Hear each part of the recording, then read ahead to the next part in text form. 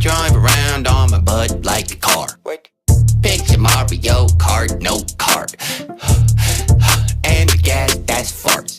If I could stand up, then I found a place to park. It's the opposite of Pixar's Cars. Acting like a car with the body of a person, as opposed to vice versa. I'm like a Merc, you're a Nissan Versa. Yeah, my behind is my vehicle. Like a lady, I sit down when I need to go.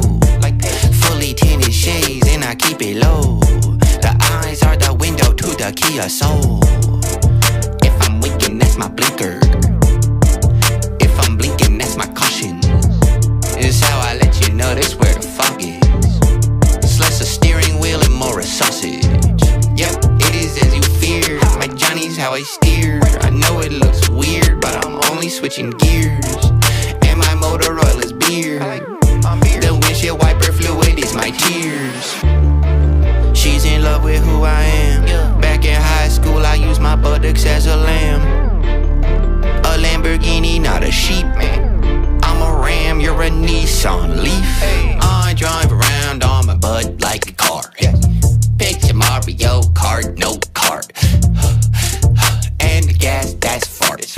If I could stand up, then I found a place to park. Half chub, full throttle. Why would someone do this? God knows. I try to dodge a route with cobble. I just bruised my tuchus pothole. If I'm going, I'm in reverse. Grab the shaft and she put it in first. If I'm in the crash, I won't get hurt. The airbag is a pillow in my shirt. I don't have a car alarm, I just scream. I don't have tires, just jeans. I just got a wax, butt cheek. Cables on my nippies, jump me. You call yourself a car guy? I'm a freaking car guy. Okay, so that even wood grain, make a hard right. And I sound congested when I start like.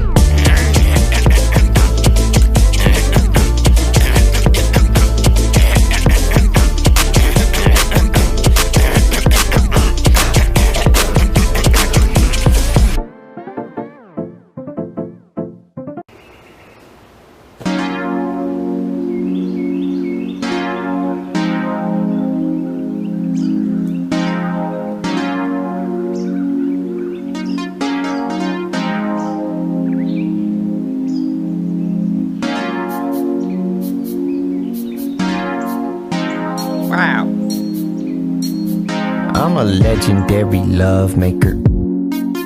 Deft touch with the butt like the brush to a Dutch painter. I got dumb dangler, and I'm about to put a Pollock on your dump taker. Foreplay's my forte. When I make love, it's gourmet. I may nut on your face, but it ain't nothing but sorbet. Foretaste, sure thing, but a great line. I'm the word bank plus World Bank plus sperm bank plus a great time. Okay, welcome to the captain's quarters. Back that ass up, captain's orders. My mattress magma, that's a scorcher. Some snacks for stamina, have some hors d'oeuvres. Cleanse your palate with me. My dick's jurisdiction is your municipality. Quality over quantity. Though I get both, a lot of women getting soggy with me. It's humidity that is fogging up the windows. Sex means like curly fries. Go extra deep in them curvy thighs. Got the recipe for your ecstasy, cause my sexpertise is certified. I got a dirty mind and a clean dick, 35-inch penis. She sure I'm lying that she's seen it. And your girl was like, I need this, but it's an inconvenience. No jeans fit, the seam split. My peen is as long as a week with no weekend. Gee whiz, Jiminy clitoris. She is visibly interested. Yeah, I put the pro in promiscuous. I put the pro in profane. Yeah, I'm with your girl doing flips and shit. Cause I get Cirque du Soleil. Yeah, she was not born in the States. Yeah, she puts the ass in ambassador. I put the cock in Caucasian. I'm in that thing like a catheter. You ain't seen dong of this caliber. Long as Excalibur. Made for so long that my phallus hurt. And they moving on in the calendar. Started in May.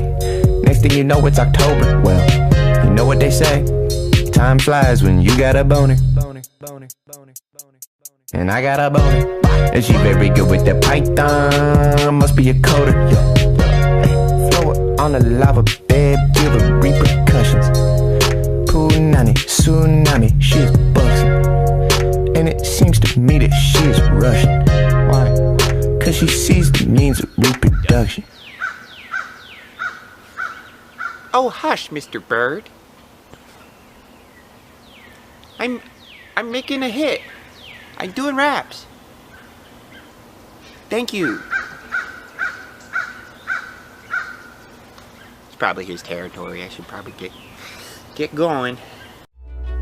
Goodbye, goodbye, what's up? Goodbye, goodbye, goodbye, what's up? Goodbye, goodbye, goodbye, what's up? Goodbye, goodbye, goodbye, what's up? Goodbye. I keep blunts rolled if you must know. Smoking on gas with gusto. Somebody take the controls. I ain't much smoke. Okay. On the plane wing while I puff. The original Mile High Club. Like the red dots I light up. One hit have you getting into tie-dye stuff. She said, will you sign my butt? Ma'am, this is the DMV. She was like, my shift is done.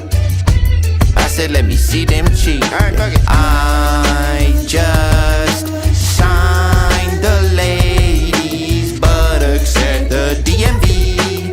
It was fun but weird. Goodbye, goodbye, what's up? Goodbye, goodbye, goodbye, what's up? Goodbye. I forgot the reason I was at the DMV. The butt thing threw me off. Smoking on gas like I lit a fart. Driving fast through Safari Park. They said no smoking, please. I said, you're not mad I stole a Jeep? They said, wait, do you not work here? I said, no, I just drove in here. They said, get the fuck up at the vineyard. A camel could get injured. Wait, I was like, you guys have camels where I could spend some time just stand and stare. How the hell are they so thick? They got them some Apex Twins. I am not attracted to these camels, not at all. I prefer hats. Goodbye, goodbye, what's up? Goodbye, goodbye, goodbye, what's up? Goodbye. Whoa, whoa, whoa. Yes.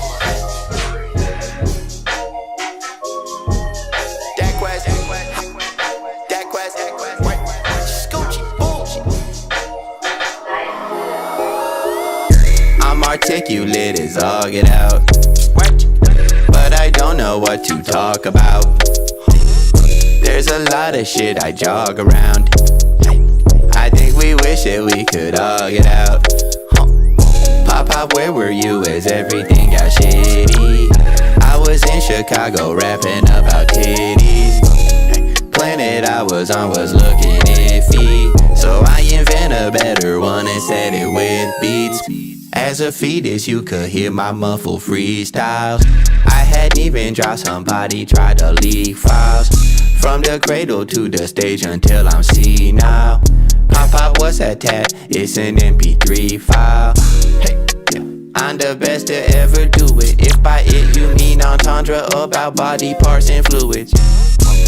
Flawless execution of a stupid vision, like a priceless marble statue of a cupid pissing. Oh my god, it's Ronnie.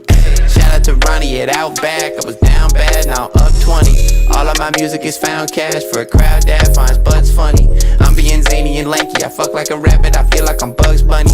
Hey, smoking on gas from the warp drive. Blunt is so fat I could sword fight. Ronnie came through with some more fries. Thanks, Ronnie. You better buckle your shorts, guys, because the following 4 lines would be Price. Oh my god, my god,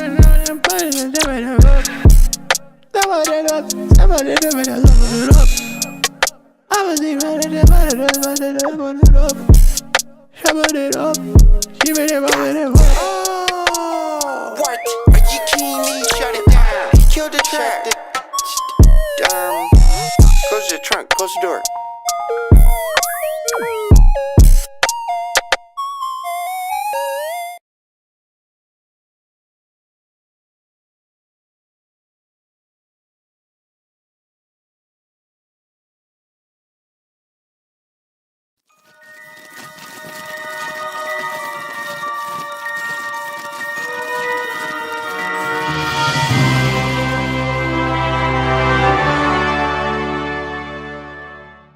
Creative Chaos, the show dedicated to shining a spotlight on fascinating people creating fantastic things outside the mainstream. So thank you so much for being here. You guys, anybody watching on YouTube, it's really quiet over there. I've seen Grey Wolf popping in, probably from the Madness channel, to say hello. So hello, Grey Wolf.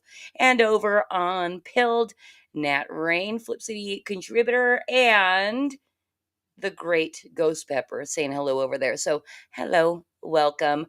We're actually going to stick to our 1 hour format tonight because our guest actually works and he's an early morning guy. So, we're going to get through our opening real quick here. What's going to help is my co-host Batman is not here.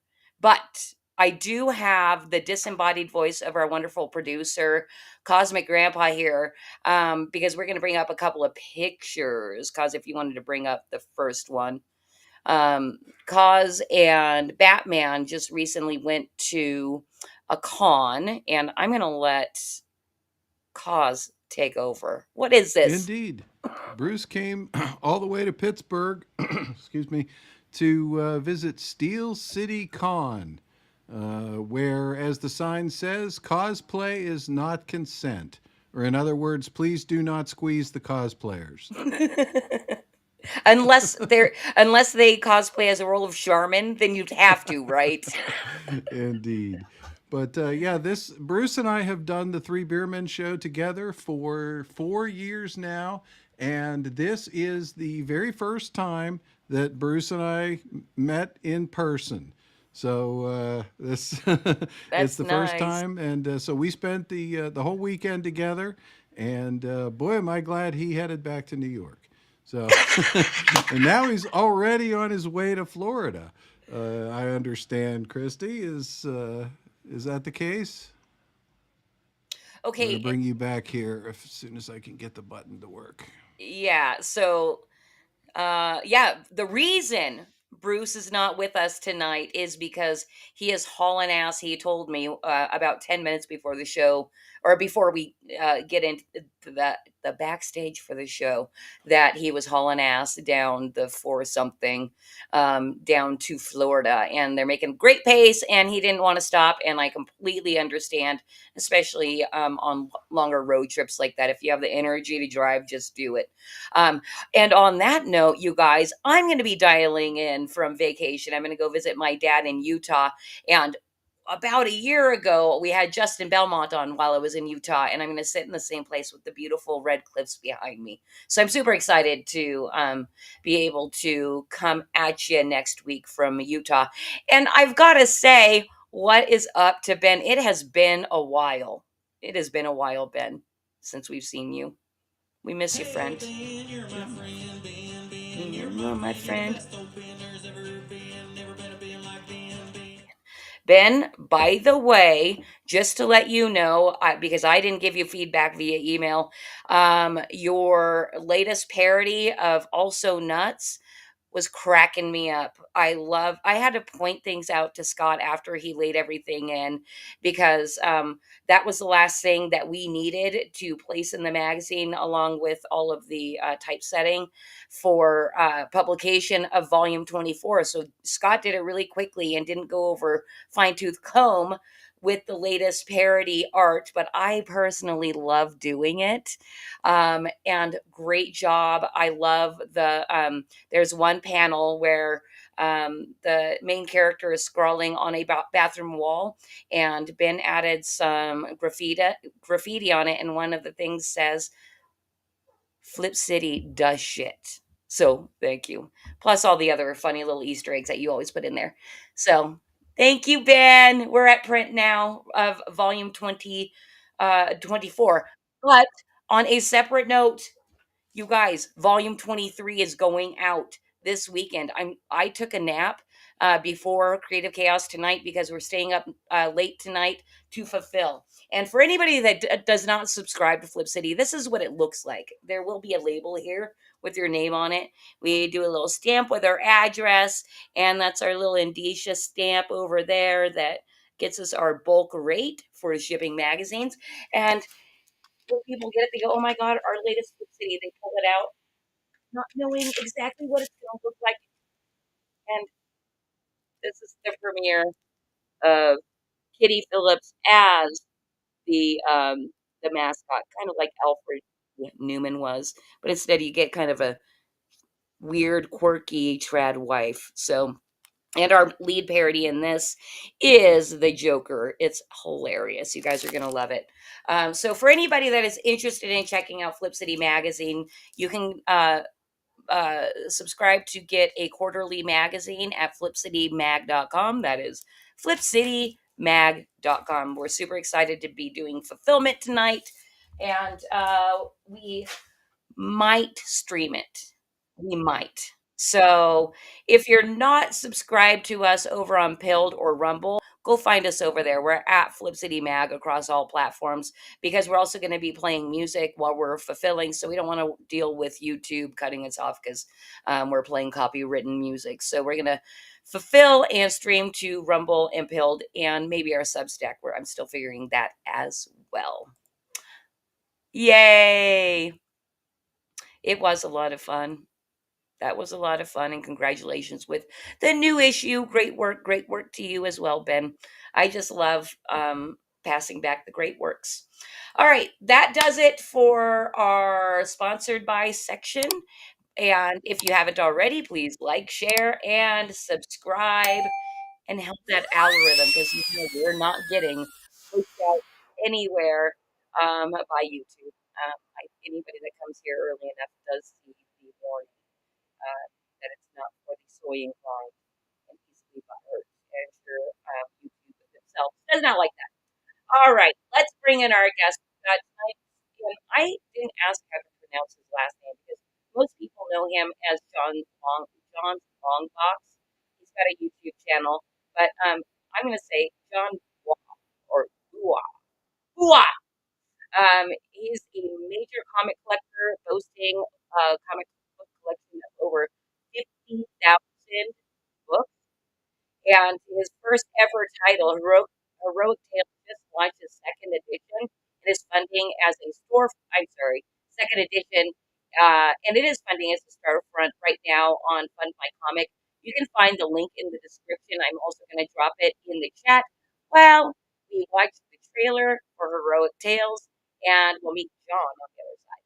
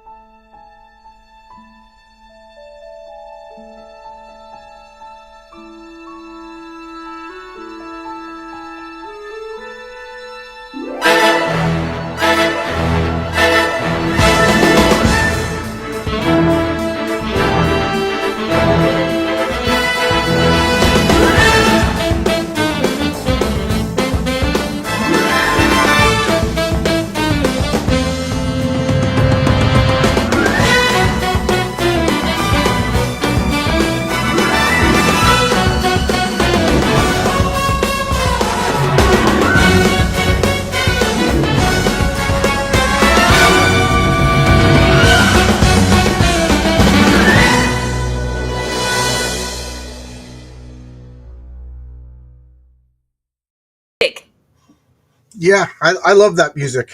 Everybody seems to like it, and in my mind, that is now the theme of Heroic Tales. You know, if they ever make an Incredibles type movie, that's going to be the music. If you ask me, just that pat. That's I call it that snappy jazz. You know, that snappy jazz. I love it. So Yeah, how are you? there you are. Oh, Everybody was just seeing me like this. I have to ask though. It sounded too good to be AI I music. don't know. Kyle Prometheus made it. He made the trailer and he sent it to me for issue number one, and then I hired him for issue number two because I really liked what he did. And that's the first thing I asked him: is it AI? He said no. There's like a public domain database of music that he subscribes to because he makes trailers and stuff like that. Okay. So he got that. So Oh, so I'm from there, wonder yeah, I'm wondering if it's Envato Elements. That's a pretty great like I never giant. asked. No biggie. He did a great choice. It was Yeah, very exciting. everybody likes it. Everybody. When I told people I was making a new trailer, they're like, "I like the music," you know. So I'm glad the music stayed. Yeah, and I see you're wearing Yeah. one of those shirts. Yeah, and my wife gets embarrassed when I say this, but what good is marriage if you can't embarrass your wife every once in a while? She said, "Have you lost weight?" I said, "No, it's And she goes, "That shirt is very slimming on you." So guys, when your wife of 22 years tells you that you look slimming, you know, you know how it is. You get a compliment once every 5 years or so, like that. With her. Oh. So, so there you go. Buy the shirt. Be slimming. How's that? Yeah, and it looks comfy too. It looks Oh, it's super breathable and comfy. light. It took a long time. I couldn't get it on my first campaign because like you can see it's got a like a cape on the back, like an image of a cape on the back. Oh, yeah, yeah. So it's a full So yeah, so wraparound it's a full campaign. yeah, and I couldn't find a place that could do it affordably, uh, and I just asked so many people. And then finally, I there's a t-shirt printing place around the block for me, and the guy explained the process, and then I just basically typed what he said to me, what I remember, into Google, and a place came up, and it's like I could put it in order every 2 weeks, so I have about a dozen shirts here, but if I go over that on my campaign, before the campaign closes, I can order the shirts and have them ready. They're quick turnaround. All right, very cool. And before we get into merch, because I know you came to actually push your book, let's Yeah, talk about yeah, Heroic Tales. I know you launched your very first campaign, and this is your first ever crowdfunding campaign on Fund My Comic a little less than a year ago. You're coming up on a year, right? yeah, yeah, yeah, yeah. I think I launched it in July, so yeah, a little less than a year. And you did pretty good. You I came did, out pretty strong. yeah. Uh, I right now I'm at $1,500, which is pretty good. But my first campaign, I did $1,500 in an hour. Right. What do Yeah, you think that I was like, woo, woo, and and between Fund My Comic, Kickstarter, and Indiegogo, I think I finished at just under 9,000. So I understand twos are harder sells, and I understand things are crazy right now. So I put the funding goal as $1,000 because the way I operate, I have like you were saying earlier, I have a full time job. I'm a construction worker, so I laid out the money for issue number one out of my own pocket, and then whatever I raised from issue one is paying for issue two. So this is already happening. It's going to happen. So I put a low fund because it already funded in my mind. But whatever I raise for issue two is going to pay for issue three. So I'm hoping to get up to like 6,000 because now that I got a great team, I know who I'm working with. The first issue, I did things I shouldn't have done. I hired people I shouldn't have hired. I got some stuff done, and then I realized it was no good, and I had to pay somebody else to, you know what I mean? So, but now I got, That's too bad. I'm kind of surprised because, like, from what I understand, with how you've been hanging around the indie scene and everything, you have friends, right, right. right?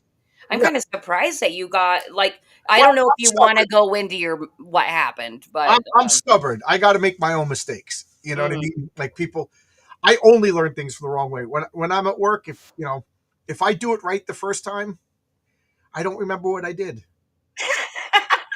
And then the second time it's drastically wrong, I get yelled at, and I remember what I did that time. So now I know don't do that. But I don't remember the correct way because you just do it. So that's the way I am. I learn everything. I think we learn. I think everybody kind of learns through mistakes. Oh, heck yeah. I know I do. I use, growing up, like, and starting to work on your own and everything, I made so many mistakes, and I used to try to hide my mistakes. And then I realized, oh, it's actually way better and cooler if you admit your mistakes to your boss. Yeah. Like, don't try to hide them. You're human.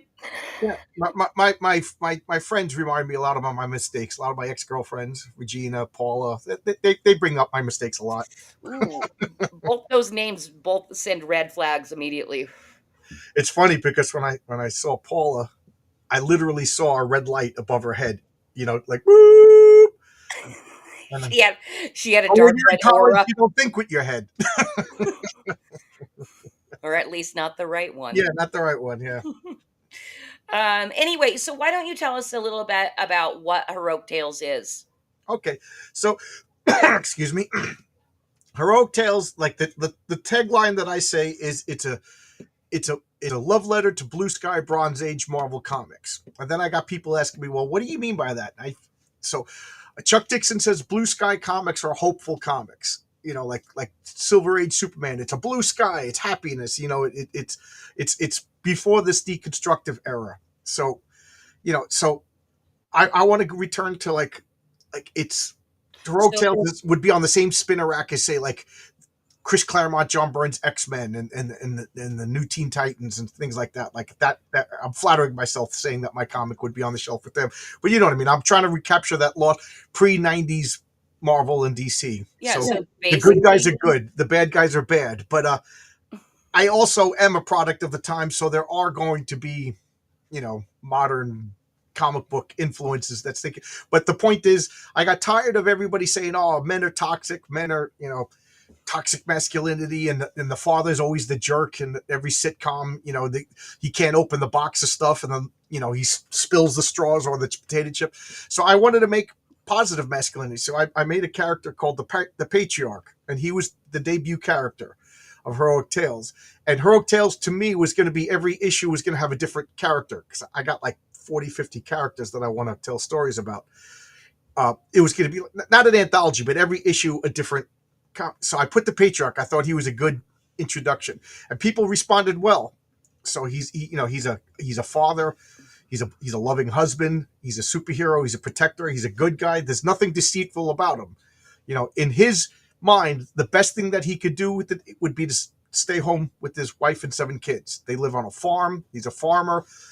He's a homesteader. They homeschool because you can't send your kids to school when there's supervillains running around.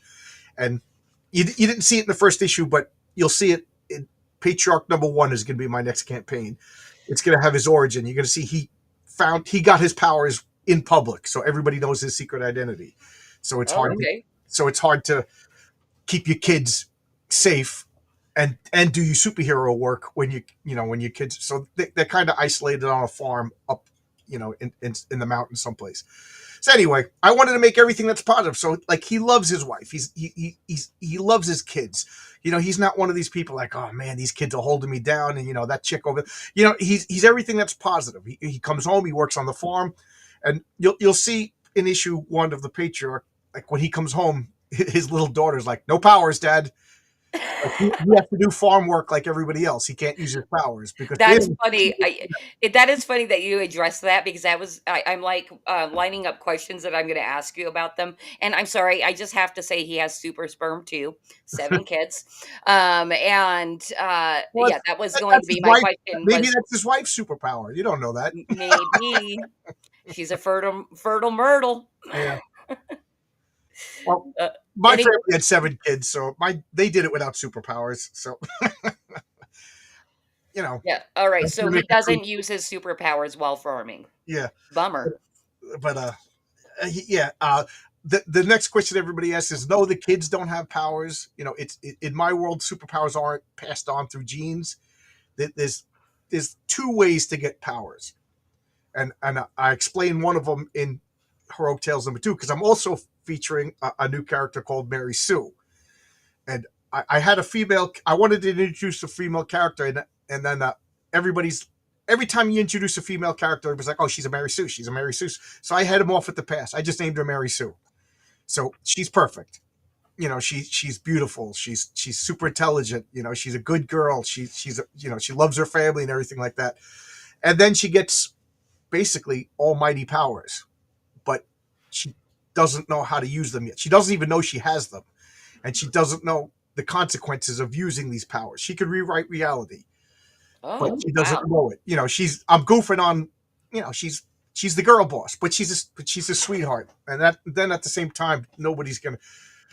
The first page of her is her getting a scar on her face. You know, she's gonna go through some hardships. So anyway, I wanted to goof on the idea of a Mary Sue being a perfect girl in literature, comics, movies. So that's literally her name. Sue is a Chinese last name, so she's Mary Sue. Her grandparents fled China under Mao Zedong because they were Roman Catholics, and they, you know, you had three choices: die, convert, or leave. They chose leave. They went to Flushing, New York in the 50s, dirt poor, and then worked their way up to running and owning Sue Mart, which is a chain of supermarkets up and down the East Coast in my world. So she's, you know, she's 22 years old. She's got multiple PhDs. She's super intelligent, and she's going to work for a guy she doesn't know is a supervillain. You know, he recruits the top minds. So he recruited young Mary Sue out of college. She moves to Science City where the patriarch lives, and she's working on superpowers. Where do they come from? How do they work? You know, because Philip Manning doesn't want to be just a businessman in a world where people can fly and teleport and shoot lightning bolts. He wants superpowers. To me, I always thought, wouldn't Lex Luthor want superpowers? You know, like, you know what I mean? Like, yeah, so that's what he is. He's like Lex Luthor, but he actively is trying to get super. So that's what Mary Sue is trying to do. And then hijinks ensue, and Mary Sue gets the superpowers. So Very nice. And I'm sorry, I need to clarify. That is the hero that you're focusing on your new book that just launched. Well, there's two. Each issue of Heroic Tales is 40 pages long, so there's going to be two stories. So, Oh, nice. So like in the first issue, I had the patriarch, and then I had Lucius Kane, the suit. He was a bad guy who's going to be a major villain going through the whole series. So I'm keeping that format. There was an A story and a B story, but now I'm just going to make an A story and an A story, and I couldn't decide which one was the better, so I made a flip book, so you could decide. So I got like comics over here as a prop. So the way a flip book works is, you know, this will be the cover, and then when you read The Last Boy, you get to the middle page, and then it's going to be upside down. Well, you flip it over, and then there's a different cover, and you read Mary Sue's story. You know, which one is the A story? That's for you to decide. You know, the A story is the one that makes it to the bag and board facing outwards. You know what I mean? So by two copies, and you can. I couldn't decide like who's going to be on the back cover. You know, Mary Sue or Patriarch. I love them both, so they both get the front cover. So it's the best deal in crowdfunding. For $10, you get two covers, and you get two complete stories and a letters page and some mock ads and stuff like that. You know, people were telling me, John, you're making a mistake. You should make 4 because there's, you know, there's 2 patriarch covers, 2 Mary Sue covers. So like you should make 4 comics. I was like, no, I'm making 2 comics. So you get the Renzo comic, and then you get what I call the Josh and Jose variant. So Okay. yeah. So basically people have a choice or to back both books, I'm assuming, on your campaign. Right, there's a bundle. Of course, there's a bundle to back both versions. And then there's a bundle to get issue number 1. There's add-ons if anybody missed it. There's a digital, you know, you could get a digital tier, and then you could get a bundle of issue 1 and issue 2 digital. You know, I'm trying to make it so as many people could read my comic as possible, but you know, can't give it away either. Yeah, but it sounds like you're close to giving it away. 40 pages for $10, 2 comics. That is a wonderful deal. You said the best deal in crowdfunding. I'm sorry, we still beat you a little bit on that, but we're not going to get into that. All right. Because it's not about me. We'll talk about Flip City later. Okay. But okay, so John, you are a giant comic book collector. Like I said in your tiny bio that I stole from you, that you have over 50,000 books. I'm curious because I'm assuming you're also kind of a historian. Um, so I'd like to know more about these flip books. Who came up with that idea? Because it's I kind of don't know brilliant. who did them first, Oh, but um, Local Man by Tim Seeley is a flip book, and that's what gave me the idea. Local Man is an Image comic, and the premise is it's 2025, and the superhero goes back home in disgrace. So half the book is him in the modern world dealing, and the art's kind of modern, everything like that. But then you flip it over, and it's set in the 90s, where he's hanging out with Youngblood and all the Wildcat, Rob Liefeld, and it's drawn in a Liefeld over garish color scheme, and I was like, that is great. So I was like, I want to do that. But I'm trying to think who else did flip books. I know I've seen them before. Image Comics did them a lot in the 90s, because they would have like two great artists, and I guess egos were clashing, and they didn't want to say you're going to be on the back cover, so that was a compromise. okay. But I don't recall Marvel or DC doing them. But I know somebody in the chat's going to say, yeah, Marvel and DC did them first, or did them too. But I remember Image did them a lot. Probably not in my chat. Chat's being very quiet tonight, but yeah, my chat isn't like the big comic book people. I don't know what kind of people Creative Chaos actually attracts, but it looks like we've got 38 people watching right Oh, now. how you doing? Hi. Hi guys. Oh, well, 37 now. That person got shy because I called them out. Yeah. For anybody that came in a little bit late, if you wouldn't mind like hitting that thumbs up or even sharing this, that would be super Or even buying cool. Heroic Tales on Fund My Comic. Well, that's actually why we're here tonight. And I will, John, I'm going to drop I know.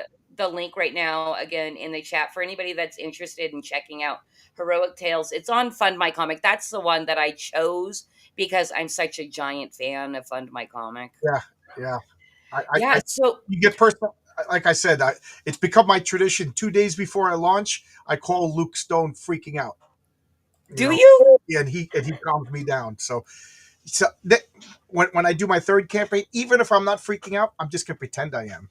Oh man, that I treat Luke Stone much differently. I don't really say a word, and we launch without a word. And then if they're taking a little long to approve it, then I'm like I DM him or something like, can you please approve my campaign?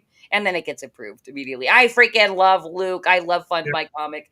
I have a question for you though. I'm assuming, well, because we're on the topic of Fund My Comic, I'm assuming if they were at the level of like Kickstarter or Indiegogo, would that be the only place you crowdfund, or would you still do the other platforms? I don't want to hurt Luke's feelings, but I'm not big enough to leave money on the table. I already told Luke. I said, I want to do Fund My Comic, and then I forget the closing date. It's in July or something like that. And when July comes, I want to do a Kickstarter because I did $1,000 on Kickstarter.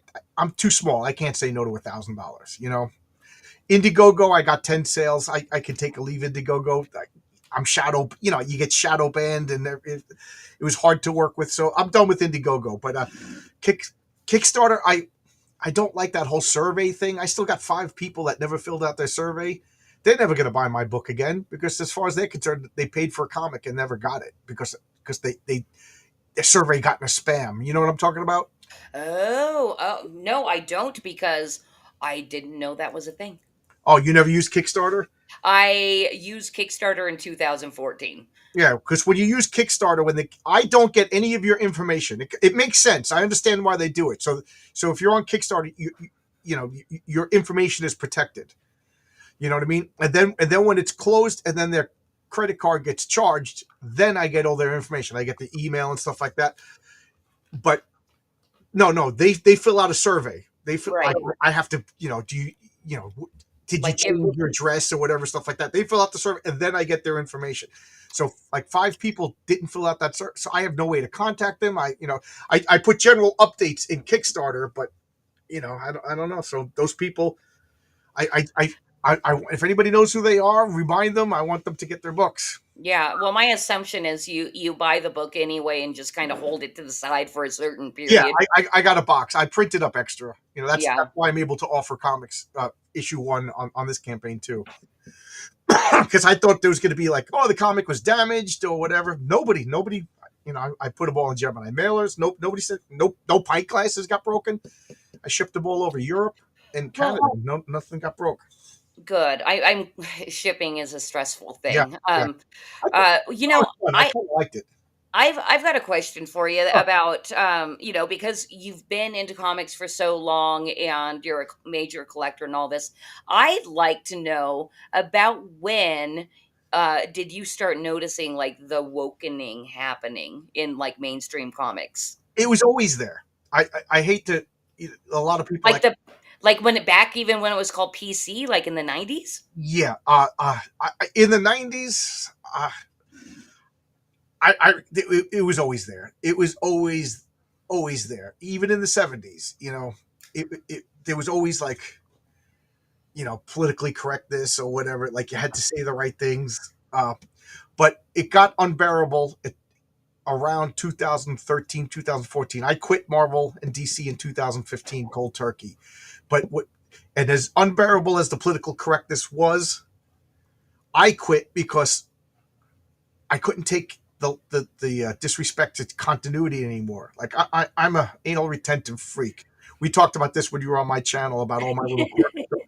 But like I didn't realize it at the time. I only realized this maybe about 6 months ago. But I love like Henry Cavill made a post on Twitter that really made me think about collecting and stuff.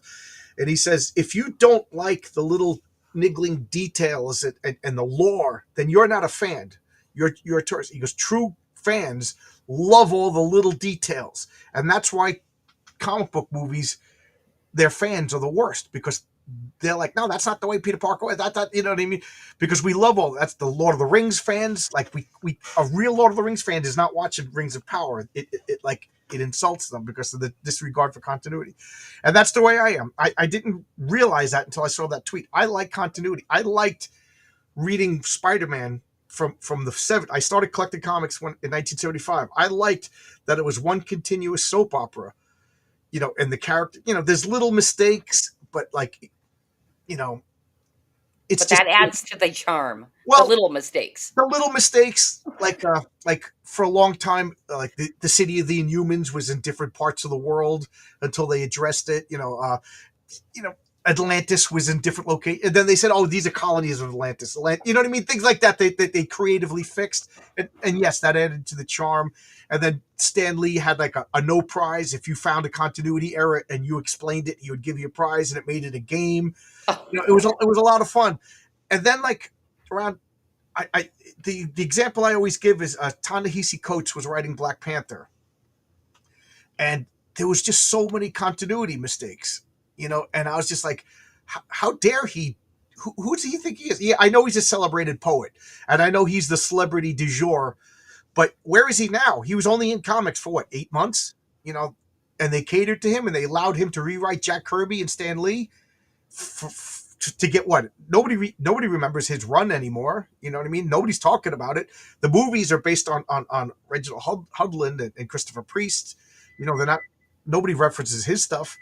So I was just like, I'm done. I just got angry with it. Like this guy could rewrite Steve Ditko's characters. Who is he? Who is he? You know, and it's not like he mentioned comic books in his poems for 20 years. He just did it because it was cool. Because it was cool. You know what I mean? It's like, oh, I'm going to write the Black Panther. You know, I'm a black poet. I'm going to write the Black Panther. Do you know all of his history? I don't care about his history. It's a stupid comic book. I just want to do it. You know what I mean? And Oh, and that's all it is now. right. And Yeah. now that's all it is people who just want, like your boy Zach for Diversity in Comics said it, and he's absolutely right. It's just people who just want to get a Netflix pitch.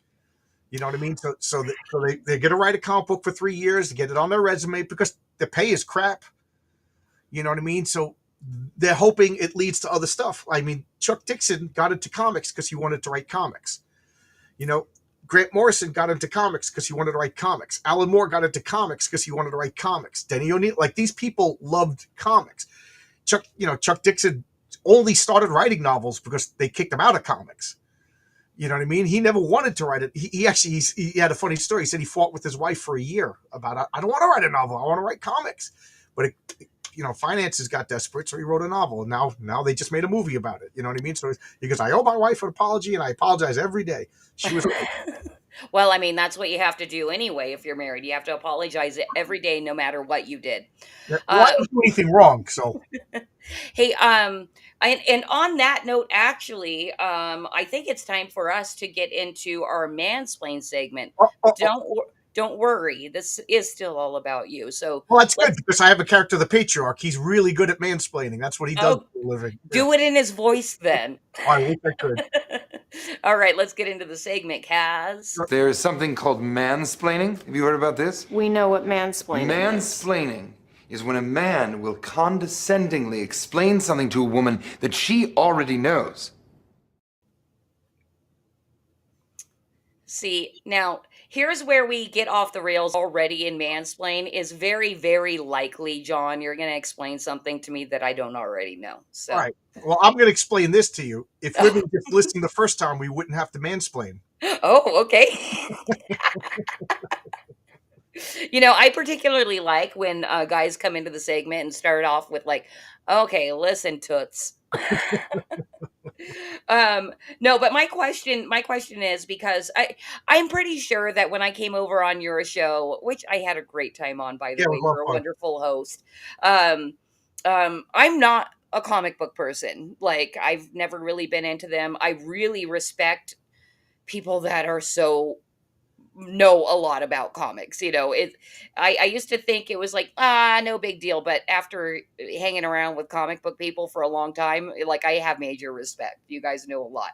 But my question to you, because you're doing a superhero book and you see this floating around on like social media and stuff, is the age of the superhero dead? Are you beating a dead horse?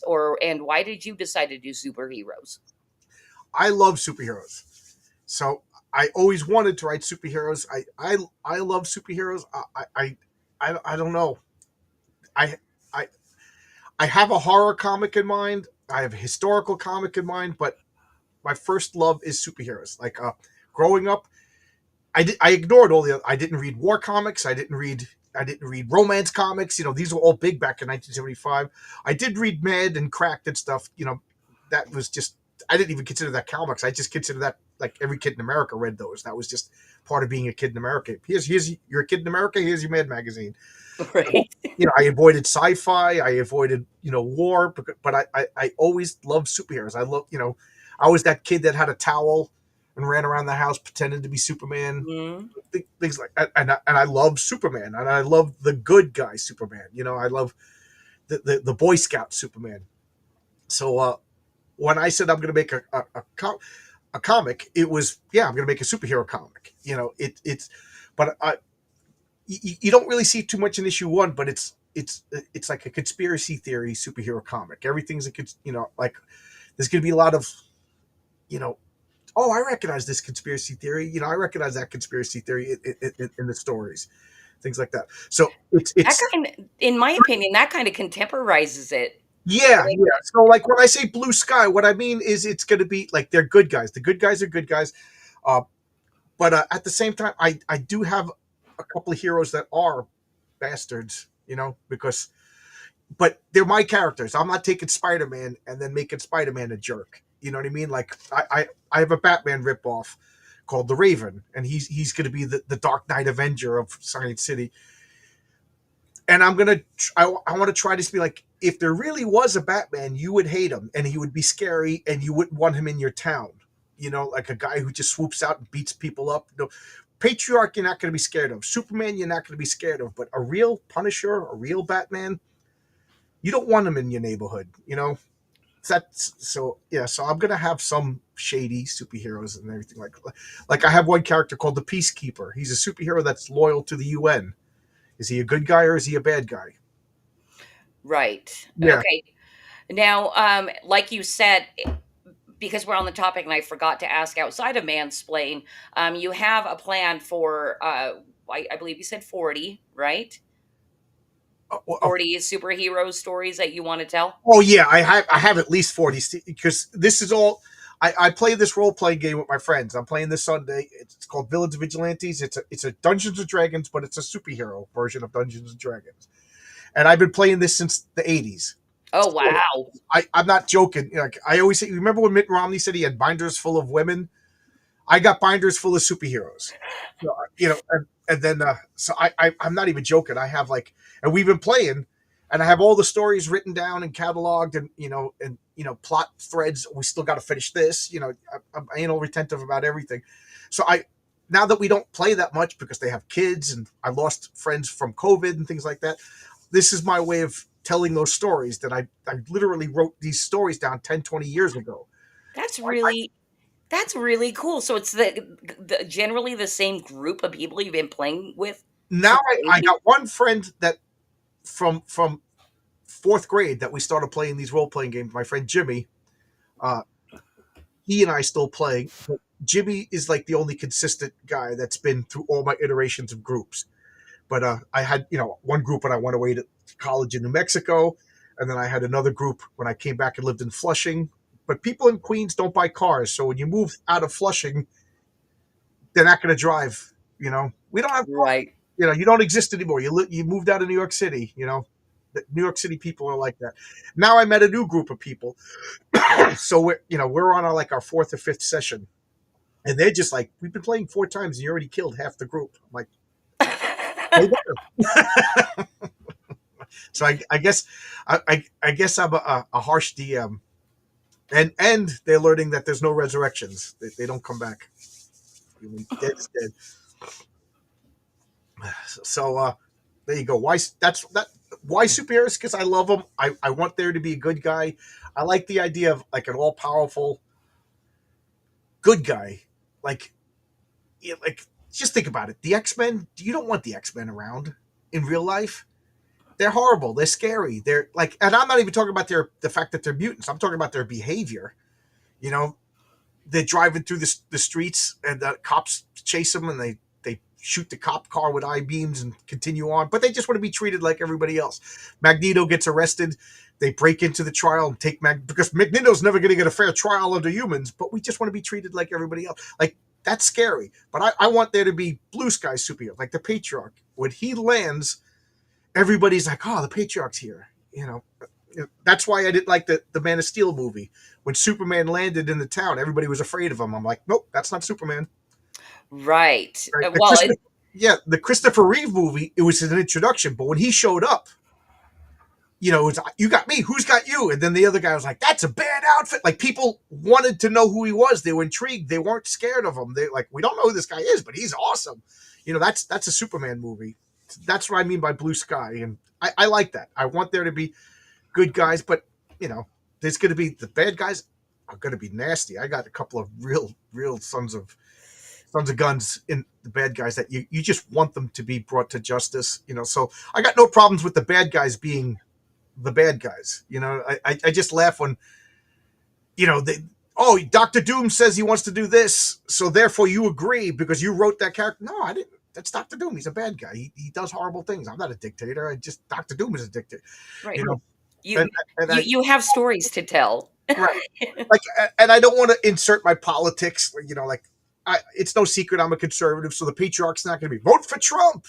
But Obama's a bad. Like, I want to. I just want to. The politician's a bad guy, but I never say he's a Republican or a Democrat. He's Lucius Kane. He sold his soul to the devil. To become a politician. Literally, that's his origin. Nice. So, Well, I think it depending, regardless of what side you're on, if you're a thinking person, most, if not all, politicians are POSs. Right. I'm going to hit all the tropes. Like, there's going to be a bad politician. There's going to be a bad businessman. There's going to be a bad preacher character. You know what I mean? All that. Then there's going to be a bad world conqueror. There's going to be a bad alien. I explain my comic as a superheroes meets Dungeons and Dragons with H.P. Lovecraft sprinkled on. So All right. Yeah. Well, fantastic. Something that I'm super excited to get into with you is our conspiracy corner because, like you said, you have a bunch of conspiracy weaved into your comic, and I know you know a lot of conspiracies. So I don't believe them, but I love them. I love them, and I believe some. Okay. All right, so I let's gotta get ask you then. Which one do you believe? Give me one of them that you believe. well, let's see. I believe 9/11 was an inside job, Okay. or at the very least, not the official story for sure. Well, I mean, I believe that they were taken out by whatever Muslim terrorists, but I don't believe the Pentagon. Okay. Okay. Well, we're not in corner We'll yet. split the difference. We'll split the difference there. Like I always said that the CIA and Mossad killed Kennedy, so it ain't a conspiracy theory anymore, right? Well, I guess I didn't. I'm too busy publishing a magazine to even follow anything anymore. But let's get into the corner so we can actually do it. Sure. What do we got? What do we got?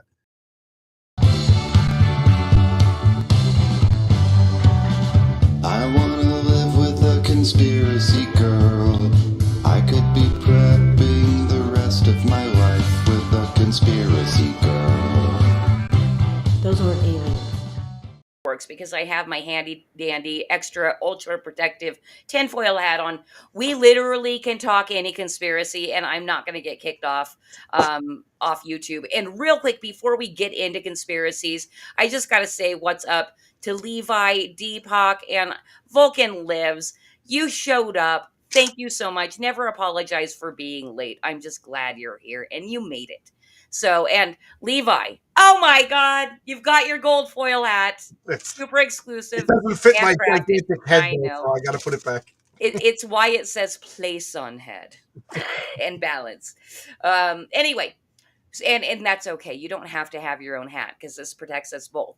So the way Conspiracy Corner works is I have this wheel. It is the wheel of Creative Chaos's conspiracies. And we're going to bring the wheel up. And after it's up, I'm going to explain how this wheel works. So you can see it has a lot of topics on there. It definitely does not, it's not all inclusive. It does not have every conspiracy under the sun, but there's a lot of them here.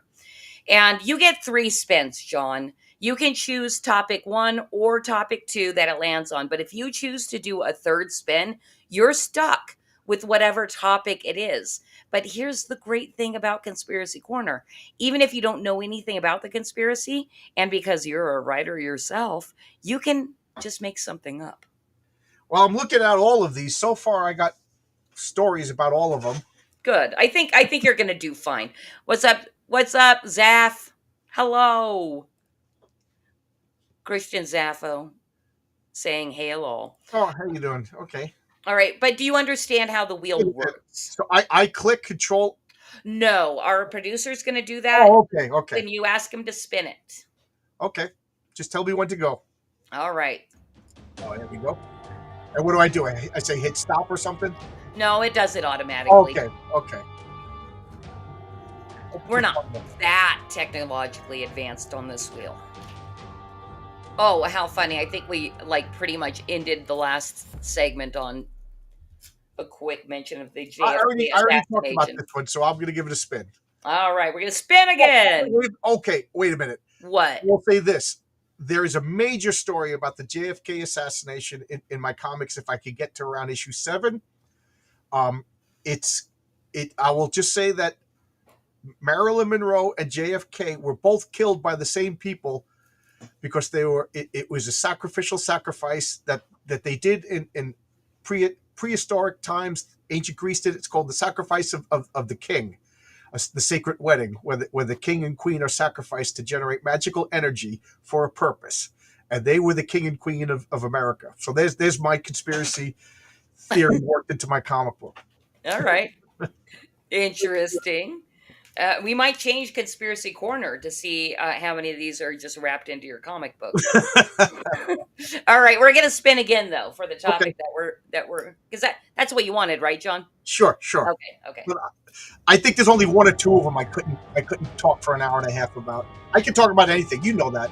Yeah, but remember, you told me you needed to get out of here in an hour, so we're closing it out. You know what? You got me wide awake. Oh, Bigfoot!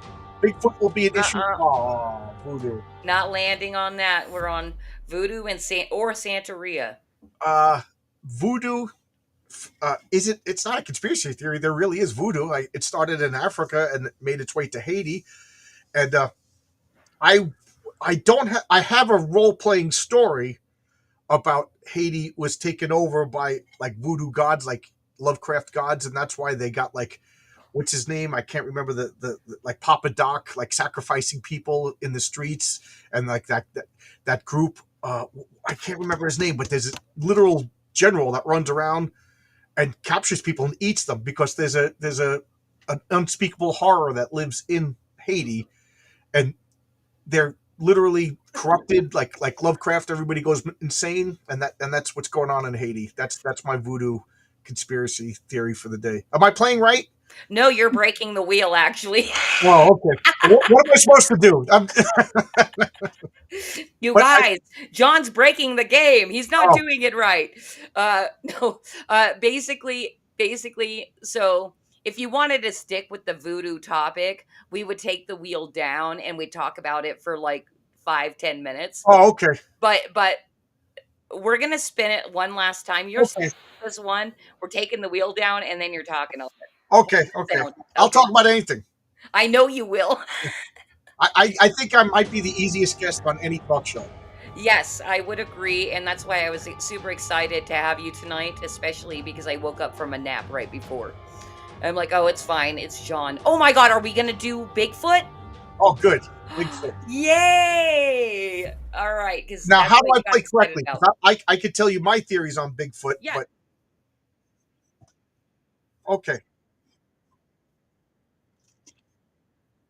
First off, back when I was a kid, there was a Leonard Nimoy had a TV show called In Search of, and the pilot episode was called In Search of Bigfoot, and they actually played it in the movie theater.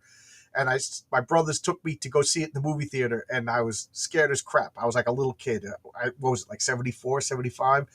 So I've always been fascinated with Bigfoot. Then Bigfoot was in the $6 Million Man, Steve Rogers, the Bionic Man. But I've always been fascinated with Bigfoot. So I'm going to give you spoilers. In issue 5 or 6 of Heroic Tales, there's going to be a superhero team, and they're going to be out practicing someplace in the Midwest. And one of the characters the leader of the team, his name is Visionary. And Visionary's powers is he can perceive things that other people can't. He has every sight-based power. He's got laser vision, heat vision, X-ray vision. But like in D&D terms, he would have dark vision, ultra. So he could see astral projection. So as they're he sees a Bigfoot, and he's like, "Did anybody else see the Bigfoot?" And then the Bigfoot's like, "That guy sees me." And then the Bigfoot gets hit by a car. I'm giving away the story. So what happens is, why Bigfoots are always blurry? No, I there's never a clear picture of a Bigfoot. They're always out of focus. They're always blurry. You know what I mean? So this is why, because Bigfoot, in my world, they're always walking on lee lines, and they're absorbing lee line energy through their feet. So their feet are big, so they can absorb. And this lee line energy masks them, so they can't be photographed. But the thing is, Visionary saw him, and perception is the key to reality. So when you see the Bigfoot, you like quantum locked him into this reality, so he was there, so he got hit by the car. And then, so that's the thing about Bigfoot, is they're lee walkers. They walk lee lines in between worlds, and they're constantly battling leprechauns for a reason that I'm not going to tell you. Oh, darn. No spoilers. Because, leprechauns are something tied to lee lines also. But this is all the conspiracy stuff that I throw in my comic books. But do I believe now in the real world, to get more in line with your game? Do I believe that Bigfoot exists?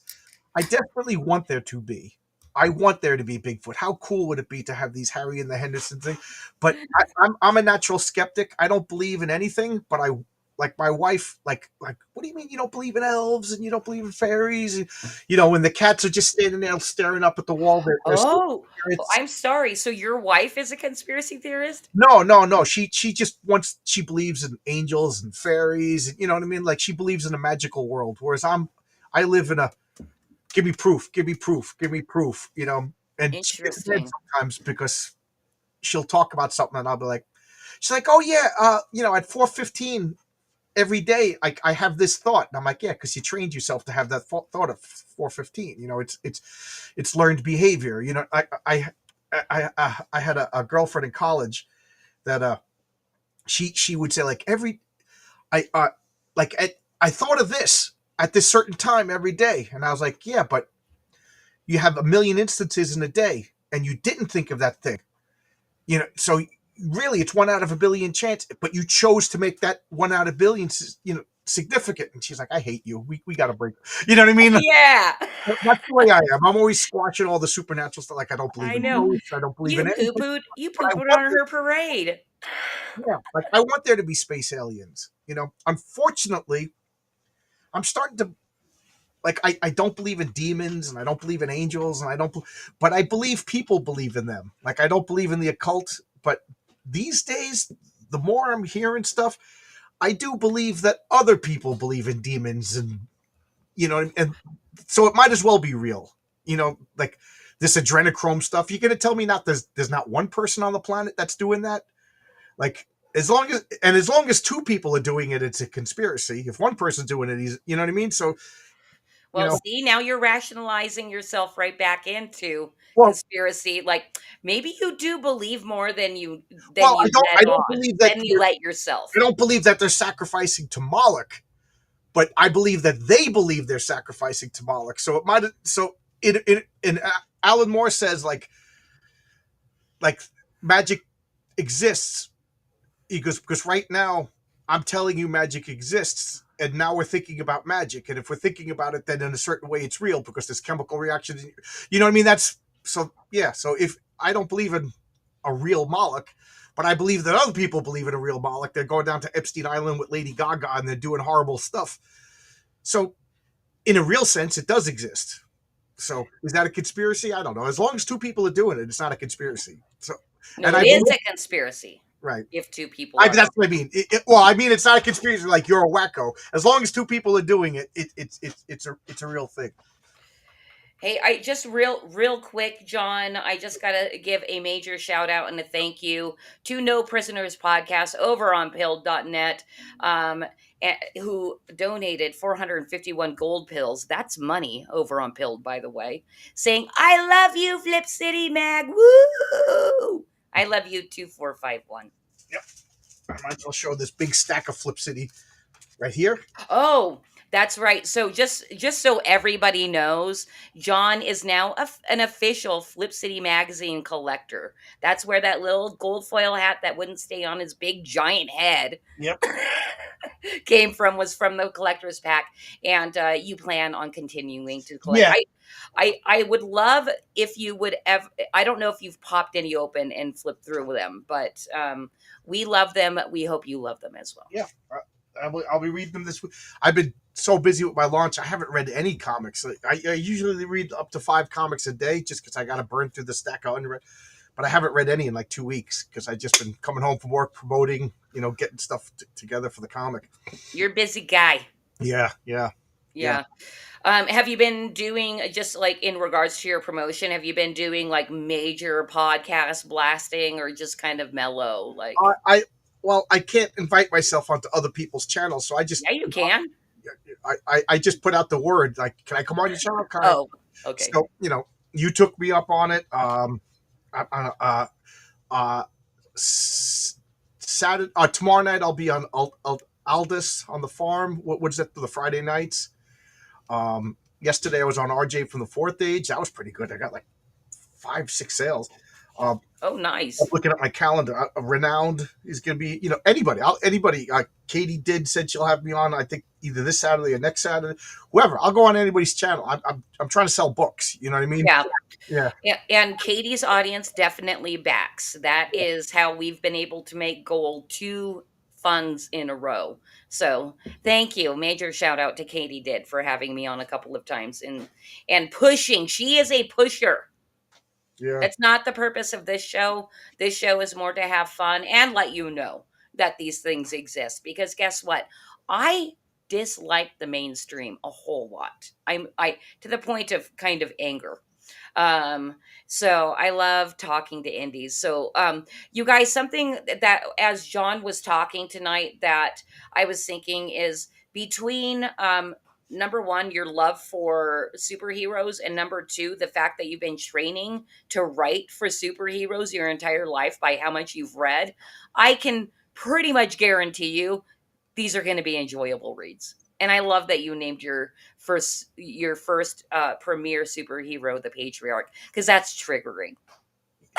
Well, when I was moving into this house, my buddy Mike and I were driving, and I was just like, I want to make a superhero because I was getting annoyed at how politically correct, and I was just like, I'm going to name him the Patriarch, and just to spite everybody, and he was going to be like the ultimate male, toxic male.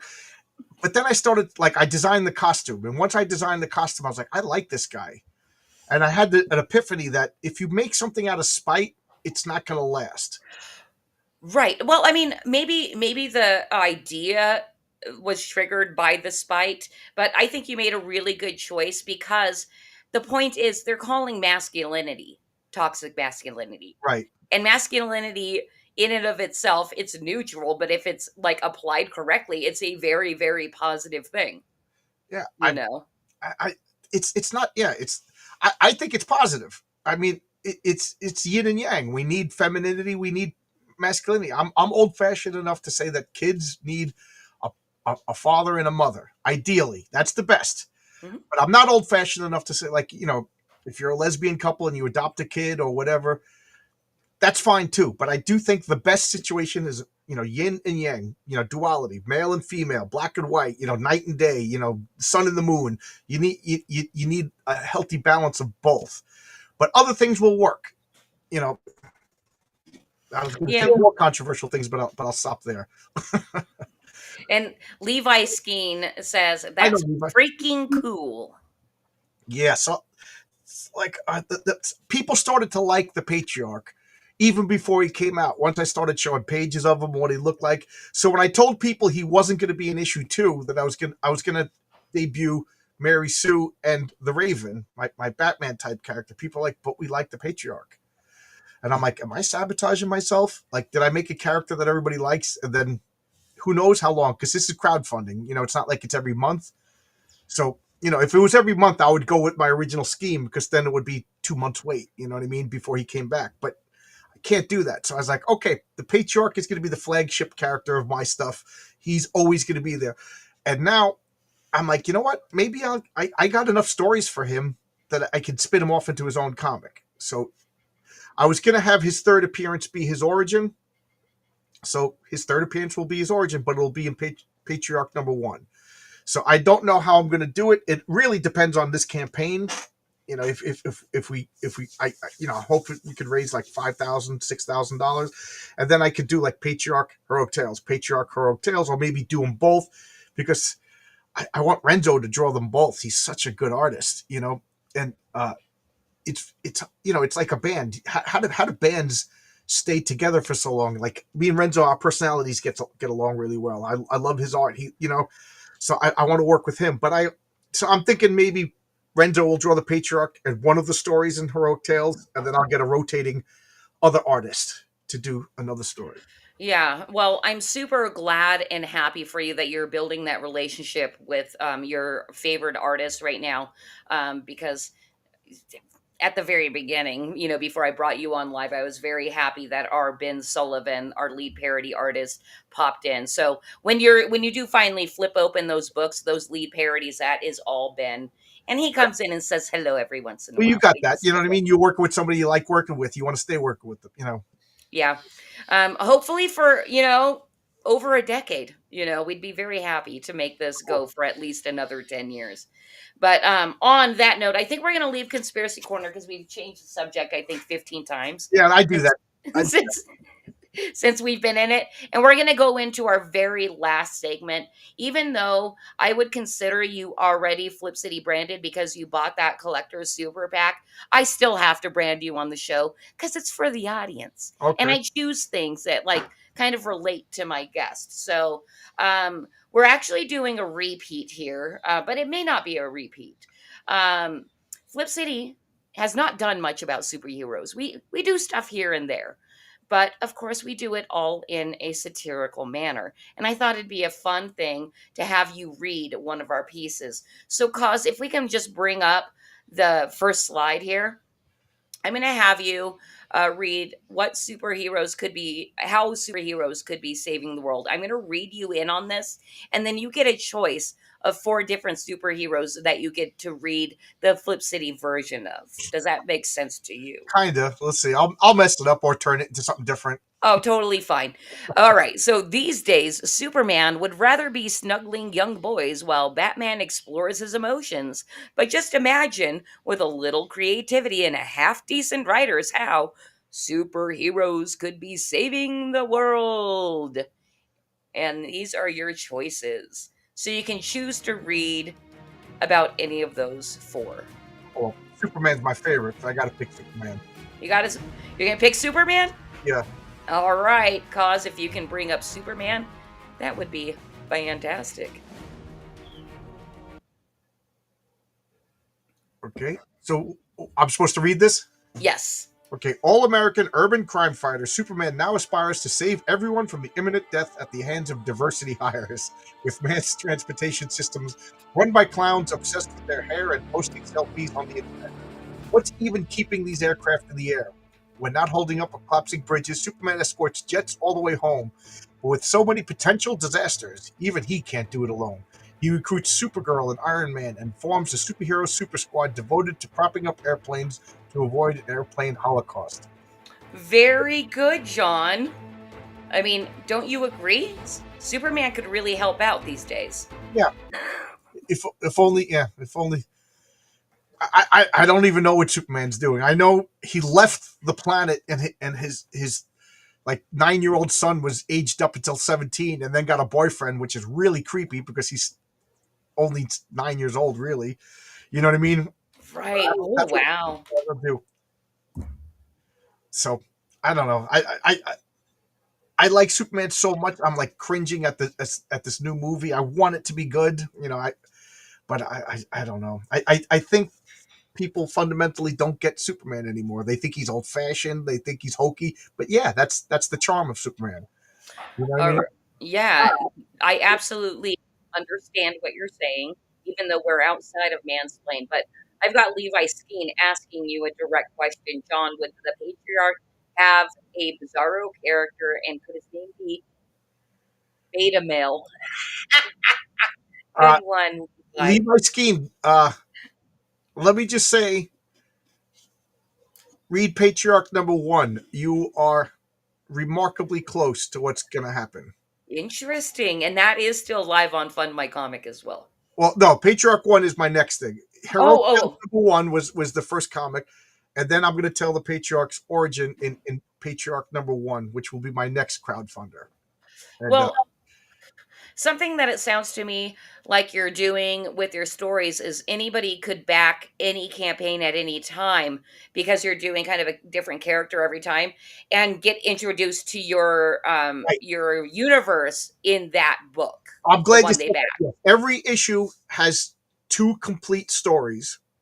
So, and even if you get Heroic Tales #2, you're not going to be left out.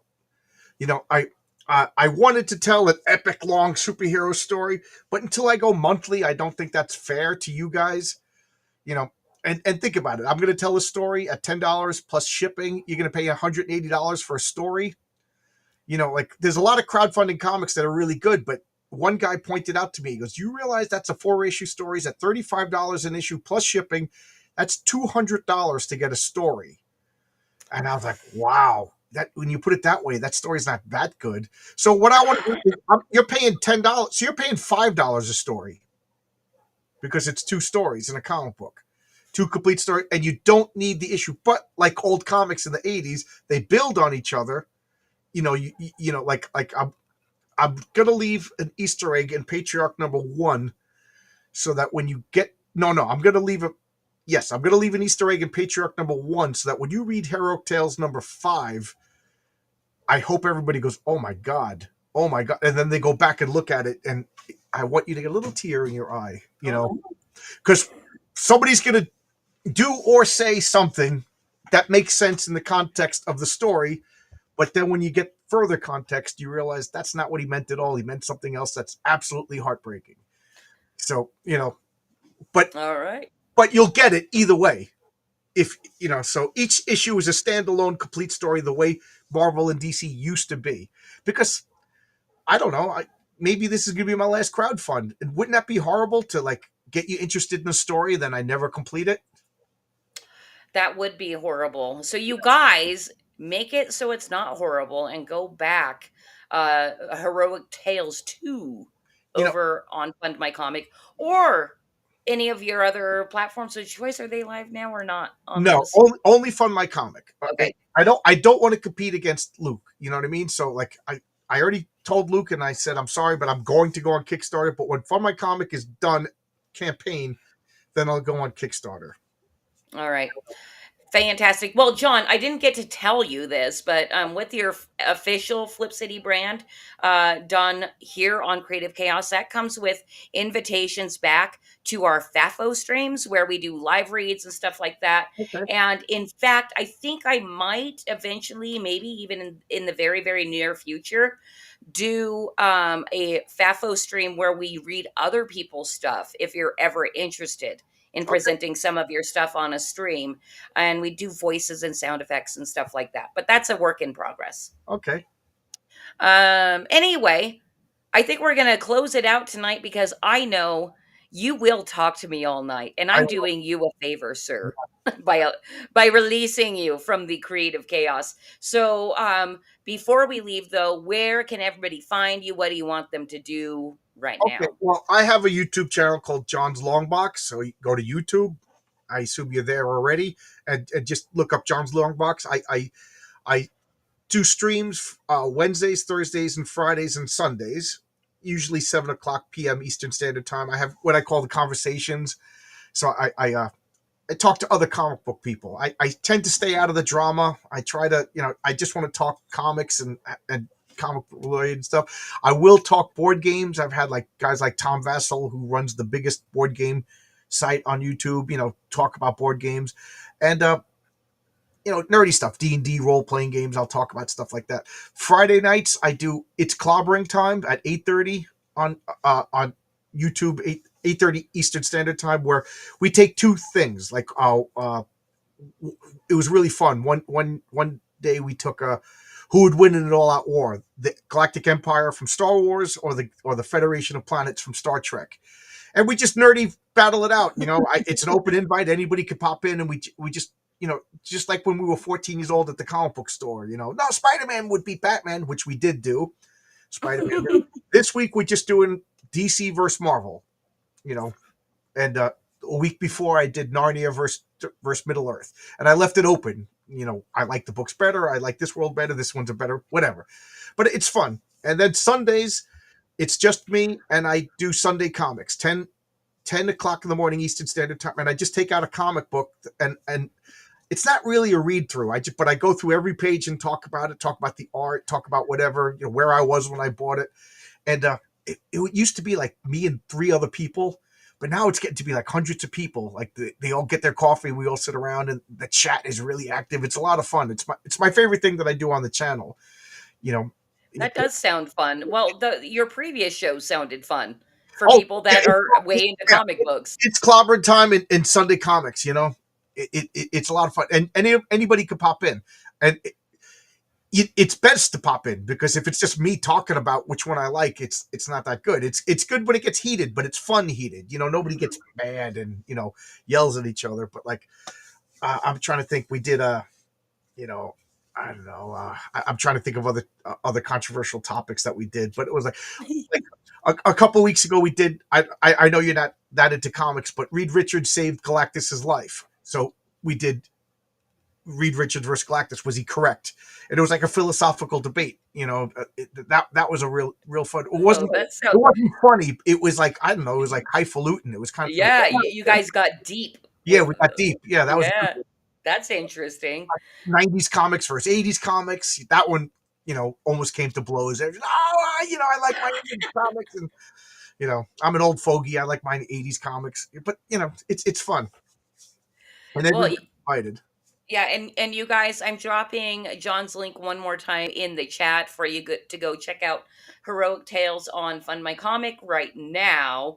And sounds like for you people that love to watch the YouTube, go check out John's channel. John, I'm so sorry I don't have the link to your channel here, but you can look up John's Longbox on YouTube.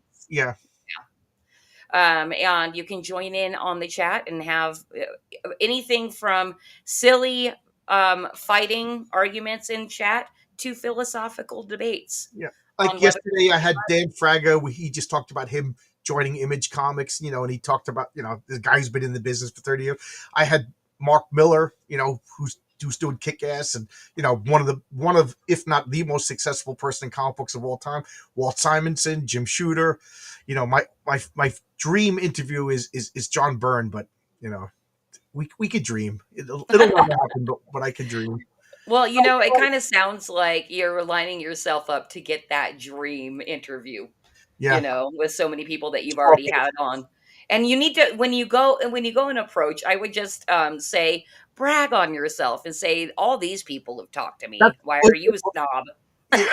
I joke around because I tricked Mike Barron to come on when I was super tiny, and then I was like, I got Mike Barron on my channel, and all the people are like, oh, okay, Yeah, that's, I think there's something about Mike Barron because Mike Barron literally was on episode 2 of Creative Chaos. Yeah. Yeah. And I'm like, I think he loves the smaller you are. He's like, oh, I need to help you as best as I can. Talk about a nice guy. I was super intimidated. If you go back and watch my first talk with Mike Barron, I was like Cindy Brady on the Brady Bunch, when she was on the game show. And I was so intimidated. I was like, Mike Barron's never going to talk to me again. To the point, he calls me up to give me tips on my comic. That's so nice. I'm like, my wife's like, who are you talking to? I'm like, Mike Barron. She's like, okay, I don't know what that means. He wrote the freaking Punisher. Mike Barron. So, yeah, it's surprisingly, I think, kind of easy to get Mike Barron to come on your show. He's just a nice guy. Yeah, he really is. And he's out there promoting indie comics, and he'll have a nice conversation, and he's not too shy to say when he's done and leave your stream. It's funny because I tell him that. I go, give me a hint. So I'll be talking, and he just goes like this, like right in the middle. And I'm like, Mike wants to go, and he laughs. I know Chuck Dixon. Oh my God! Every time Chuck Dixon comes on my channel, we're like wiping our eyes. We're laughing so hard, Oh, that's so nice. This Chuck Dixon is literally a guy that I've been reading his. I picked up his first comic. It was Airboy number. Well, that wasn't his first comic, but that was like his first regular series. And I've been reading his comics from the beginning of his career. And now, he sends me mail and it says, to John Longbox, my buddy from Chuck Dixon. And I'm like, nice. I'm like cutting it out and showing up my wife, and she's like, oh, what do you want for dinner? And I'm like, yeah. You better be nice to me. I'm Chuck Dixon's official buddy. That's so cute. Oh my gosh. Well, just kind of on the Mike Barron note, and because I need to tell everybody where to find me and plug Flip City one more time. Mike Barron is actually going to be interviewed by Flip City in a very Flip City style manner for volume 25, which we are working on right now. And I think we have a mid-May deadline. So only a month from now should we be going to print on volume 25. It might be the end of May. But Mike Barron is going to have an interview in that, and it'll be about 5 pages, and it comes with illustrations of things that were talked about during the interview. We love interviewing people for the magazine, especially when they have wonderful stories to tell, like Mike does. So that's coming up. And for anybody that wants to check us out fulfilling here, we'll probably start in the next hour. And if I can get a live stream up or two, we're going to be doing that on Rumble and Pilled. And maybe YouTube, I don't know. I'm hoping my producer Cosmic will give me a little bit of advice backstage when we're done with Creative Chaos tonight. But we're going to wrap it for tonight. We're going to let John go to bed because, like you said, he's a construction worker. So I wake up at 4.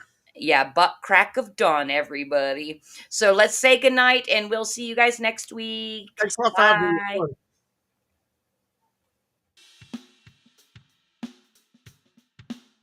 Okay, class. List everything insensitive, exclusionary, bigoted, nationalistic, misogynistic, and offensive that you can find in history's great myths and legends.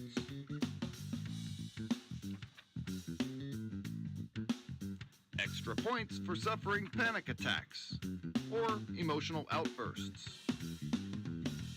Fact check every opinion against the lived experience of your comrades and allies so you can avoid forming a criminal opinion. Scrutinize it cover to cover. Wrongthink, misgendering, dead naming, misinformation, microaggressions. Leave no page unturned.